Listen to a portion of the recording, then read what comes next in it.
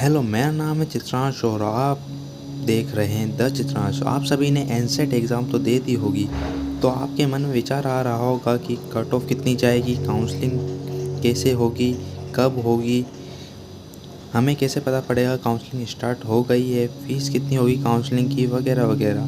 तो इस वीडियो में मैं आपको स्टेप वाइज इंफॉर्मेशन दूंगा। पहला हुआ कट ऑफ, इसके अंदर BA, BEd, BSc BEd, BCom BEd की कट ऑफ कितनी जाएगी प्रिडिक्ट करेंगे, और आपके इतने मार्क्स आ रहे होंगे तो कौन से कॉलेज आपको मिल सकता है। दूसरा हुआ काउंसलिंग, काउंसलिंग कब स्टार्ट होगी, आपको कैसे पता पड़ेगा, और इसके और इन्फॉर्मेशन रही काउंसलिंग के रिगार्डिंग, वो बात करेंगे। तो हम सबसे पहले कट ऑफ की बात करेंगे। आपको दूसरी जगह बताया होगा कि 300 कट हो जाएगा, 300 नंबर आ गए तो आपको एडमिशन मिल जाएगा, डरने की कोई बात नहीं है, सेफ जोन है वगैरह। 300, 350, कोई 300 से कम बताएगा। तो हम इसके ऊपर भी बात करेंगे कि ये सही है या गलत है। कट ऑफ के बारे में मैं जो भी बताऊँगा वो जनरल कैटेगरी और फर्स्ट राउंड की बात करूँगा। जनरल कैटेगरी और फर्स्ट राउंड की कट ऑफ, इसमें 3 राउंड होंगे, 3 राउंड की बात नहीं, दूसरी तीसरी नहीं करूँगा, उसमें नंबर कम होंगे। मैं जनरल कैटेगरी और फर्स्ट राउंड की बात करूँगा। तो सबसे पहले हम पिछले साल जो एग्ज़ाम हुआ था उसकी कट ऑफ की बात करते हैं। तो थोड़ी मैं उसकी आपको डिटेल दे देता हूँ। पिछले साल 16,000 बच्चों ने फॉर्म रजिस्ट्रेशन करा था, 9,000 ने दिया था, और कुछ लमसम 4,000 सीट्स थी बीए, बीएससी और बीकॉम बीएड की। तो इस आई-टेप कोर्स के बारे में पिछले साल ही लॉन्च हुआ था, तो किसी को इतना पता नहीं था, किसी की प्रिपरेशन नहीं थी, कैसा सिलेबस आएगा, कैसा पेपर आएगा। बस सब आ गए थे पेपर देने, एग्ज़ाम के लिए प्रिपरेशन करने के लिए टाइम नहीं मिला था, सब आ गए थे, किसी को पता नहीं था, बस एग्ज़ाम देने आ गए थे। बहुत सारे आए नहीं थे, पर 9,000 ने एग्ज़ाम दिया था। उस हिसाब से भी कट ऑफ पिछले बार अच्छे कॉलेजों में, अच्छे इंस्टीट्यूट्स में 300 गई थी। तो आप समझ सकते हो इस बार सभी को पता था एग्ज़ाम है, और 30,000 जिन्होंने दिया है सारों ने एग्ज़ाम दिए। तो मैं आपको थोड़ा पिछले साल का डाटा शो करता हूँ। जैसे कि आरआई भोपाल की बात करता हूँ। आरआई भोपाल में अभी इसमें मैं आपको बताता हूँ टॉप मार्क्स, सबसे टॉप मार्क्स कट ऑफ में बताता हूँ। टॉप मार्क्स 500 तक गया था, और आरआई एच मेरा 400, और दूसरे कॉलेजों में जैसा 400 तक टच कर रहे थे, और इसकी कट ऑफ बहुत हाई गई थी। जैसे आरआई भोपाल की बहुत ही हाई गई थी, 500 टॉप मार्क्स आ रहे हैं।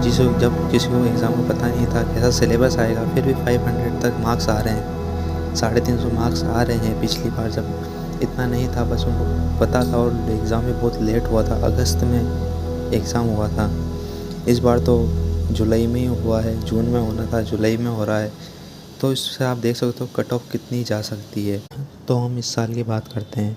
इस साल की कट ऑफ कितना जाएगा बीए का, बीएससी का, और बीए कॉम बीएड का। तो मैं आपको इसमें एक बात बता देता हूँ। इस एग्ज़ाम को नीट, जेईई और ग्रेजुएट्स जो ग्रेजुएशन करके कर ली है और वो एग्ज़ाम दे रहे हैं आई-टेप में एडमिशन के लिए, तो आप सोच सकते हो जी नीट का डोमेन पर कितनी अच्छी पकड़ होगी, और उनका मार्क्स इतने ला सकते हैं। इस हिसाब से कट ऑफ कितना हाई जा सकता है या ज़्यादा जा सकता है। तो हम सबसे पहले बीए बीएड की बात करते हैं। बीए का पिछले साल भी हाई गया था कट ऑफ, इस साल भी हाई जाएगा। उसकी सीट्स ज़्यादा है, कैंडिडेट्स भी ज़्यादा है बीए बीएड के। कम से कम मैं आपको बता देता हूँ 350 से 450 कट ऑफ जाएगा बीए बीएड का, और बीएससी बीएड का भी 350 से 400 मान लो। सभी कॉलेजों में आपके 350 से 400 मार्क्स के लमसम आ रहा है। मैं इस सब बात आपको जनरल कैटेगरी फर्स्ट राउंड में बता रहा हूँ। ऐसा नहीं कि रिजर्वेशन थर्ड राउंड या स्पोर्ट राउंड से आपका एडमिशन हो रहा, वो नहीं है। पिछली बार भी फर्स्ट राउंड में भी रिजर्वेशन लग के 50 नंबर 90 नंबर में भी एडमिशन हो रहे थे। इस साल की बात करेंगे तो ऐसा कुछ लगता नहीं है कि होगा। तो भी आपको फर्स्ट राउंड की मैं बात कर रहा हूँ जनरल कैटेगरी से, तो 350 से 450 नंबर आपको बीए बीएड के लिए लाना होगा। 350 से 400 नंबर आपको बीएससी बीएड के लिए लाने होंगे। अच्छे इंस्टीट्यूट आरआई, आईआईटीज़ और एनआईटीज़ की बात कर रहा हूँ मैं। छोटे सेंट्रल यूनिवर्सिटी में भी यही रहेगा।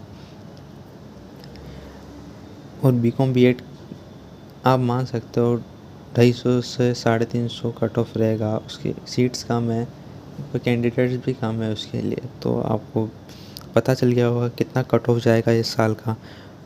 तो कोई भी डाउट हो कट ऑफ के बारे में तो कमेंट करिए, मैं आपको बता दूंगा। तो हम अब सेकंड पॉइंट काउंसलिंग के बारे में बात करेंगे। काउंसलिंग कब स्टार्ट होगी इसके बारे में बात करते हैं। बहुत सारे बच्चे अभी बोल रहे होंगे, आपको पता पड़ रहा होगा कि इस कॉलेज में काउंसलिंग स्टार्ट हो गई है बीएड के लिए वगैरह। वो उनका कैलेंडर बना के रखते हैं, वो डेट्स पहले रखते हैं। जैसे 10 जून को एग्ज़ाम होनी थी, उस हिसाब से अभी तक काउंसलिंग स्टार्ट हो गई, एडमिशन भी हो जाने थे। पर अभी 1 महीने एग्ज़ाम लेट हुई है, तो उस हिसाब से होगा। काउंसलिंग रिज़ल्ट आने से पहले कहाँ पर भी स्टार्ट नहीं होगी। रिज़ल्ट आने के अगले दिन से 1 वीक के अंदर सभी कॉलेज इंस्टीट्यूट्स आपको इन्फॉर्म कर देंगे। उनकी वेबसाइट पर नोटिफिकेशन आ जाएगा कि हम काउंसलिंग स्टार्ट कर रहे हैं, रजिस्ट्रेशन कर दीजिए। दूसरा पॉइंट होगा, वो कैसा पता पड़ेगा कि काउंसलिंग स्टार्ट हो गई है, फॉर्म निकल गए हैं काउंसलिंग के लिए। ये सब रिज़ल्ट आने के बाद ही होगा। तो मैं आपको बता देता हूँ, पहले आपको एक लिस्ट बना लेनी है आपकी हाई प्रायोरिटी वाले इंस्टीट्यूट कॉलेज जिसमें आपको जाना है। वो आप उनको डेली, जैसे रिज़ल्ट आया उसके डेली बाद डेली चेक करें उनकी वेबसाइट्स को। मैं आपको टाइम बता देता हूँ, सुबह तो शाम के समय में रोज़ आप उनकी वेबसाइट चेक करें, जिससे कोई भी नोटिफिकेशन आया होगा तो आपको पता चल जाए। तो काउंसलिंग प्रोसेस कैसी होती है? काउंसलिंग प्रोसेस 2 तरीके से होती है, एक होती है क्लोज़, एक होती है ओपन। क्लोज़ में ये होता है कि जैसे आपने एनसीईटी एग्ज़ाम के फॉर्म फिल कर रहे होंगे, जब आपने इंस्टीट्यूट्स दिए थे वो डाटा आपने और दे दिया कि इस इंस्टीट्यूट्स का आपने नाम दे दिया। जब एनटीए उन इंस्टीट्यूट्स को आपका नाम दे देता है, फिर आपको उस इंस्टीट्यूट के सबसे से एसएमएस या ईमेल के तरफ आता है कि आपका काउंसलिंग हो रही है, मेरिट लिस्ट निकल रही है। फिर उस मेरिट लिस्ट में आपका नाम आता है, तो जो भी आगे प्रोसेस रहती है वो करने के लिए इंस्ट्रक्शन देते हैं। दूसरा होता है ओपन काउंसलिंग। ओपन काउंसलिंग में यह होता है कि इंस्टीट्यूट्स, यूनिवर्सिटीज़ अपनी वेबसाइट्स पर नोटिफिकेशन जारी करती है। उसमें बताया जाता है कि इस डेट्स दी जाती है, उस डेट्स के बीच में रजिस्ट्रेशन होगा, फिर आपकी मेरिट लिस्ट आएगी, फिर उस आपको फ़ीस जमा करनी होगी जो भी वो बताते हैं। फिर उसके बाद आपका डॉक्यूमेंट वेरिफिकेशन वगैरह तो लास्ट में होता है, जब वो बुलाते हैं उससे होता है। काउंसलिंग तीन राउंड की होती है, first round, second round, third round में होती है। और एक स्पोर्ट राउंड होता है। स्पोर्ट राउंड होता है सबसे आखिर में। जैसे अब 3 राउंड में हो गई, फिर भी एक सीट या किसी कैटेगरी की एक सीट खाली रह गई, 2 सीट खाली रह गई, उसके लिए काउंसलिंग नहीं होती, उसके लिए स्पोर्ट राउंड होता है। तो स्पोर्ट राउंड में आपको उस यूनिवर्सिटी में जाना होगा, लाइव जाना होगा। वहाँ पर आपको फॉर्म देने होंगे, जो भी डॉक्यूमेंट्स वो मांगेंगे वो देने होंगे। स्कोर कार्ड देना होगा एक, तो आपको देना होगा वहाँ पर। आपको स्पोर्ट राउंड के बारे में मैं आपको थोड़ा सा बता देता हूँ। स्पोर्ट राउंड में जैसे एक सीट है, एक सीट इस कोई सी भी जनरल कैटेगरी है, उस पर जैसे 10 जने गए, वहाँ पर 10 जने आ गए वहाँ लाइव इंस्टीट्यूट्स में। वहाँ पर उनमें 10 जनों में जिसके भी हाई मार्क्स रहेंगे उसका एडमिशन हो जाएगा। उसी समय आपको फ़ीस वहाँ जमा करानी होगी जो भी वो लेते हैं।